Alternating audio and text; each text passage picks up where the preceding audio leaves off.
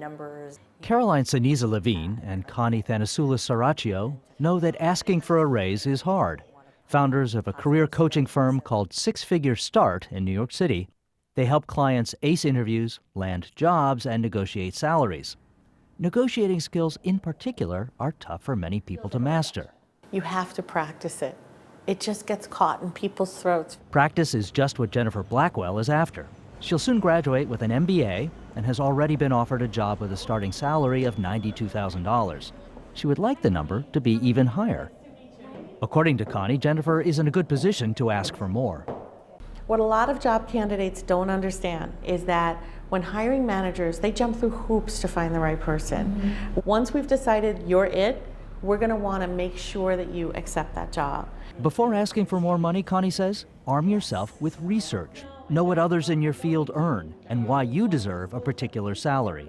Then go for it.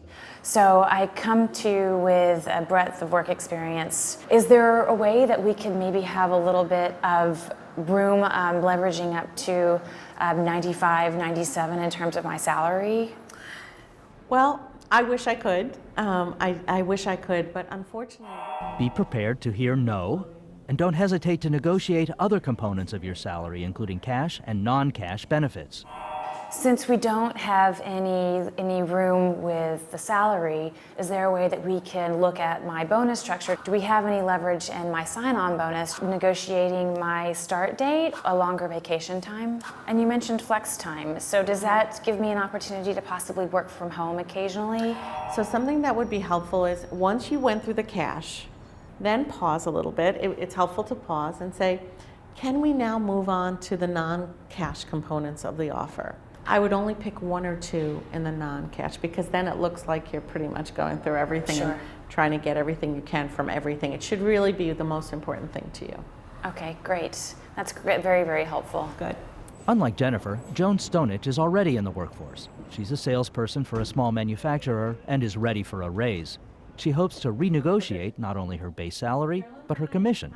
And she's asked Six Figure Start to help her frame a convincing argument. Well, I want 10% increase in my base, and I need several percentage points more on my commission. And there is a third component that ironically will help all that for the company, which is I need some type of sales assistant. So that seems like a lot, changing the base, changing the commission, and I have to add a whole other person. So I really just don't think I'm going to be able to do all of those things. I'm asking because I want to deliver a lot. When he challenged you and said, that seems like a lot, Right. you know, to at that point say, well, you know, I've brought in this much business, I feel like I could bring this much more. I would have some kind of estimate around, you know, to let him know that you're going to make more than what the investment is. Showing a boss how your raise will benefit a company's bottom line is key. And if a manager won't commit to any of your requests, be sure to set a follow-up meeting where you can try again. So when do you think the next time we should visit this? Because you know how busy things get. We get distracted. Yeah, Yet this is important to me. I don't know, maybe sometime in January. Okay, so should we just say second week of January?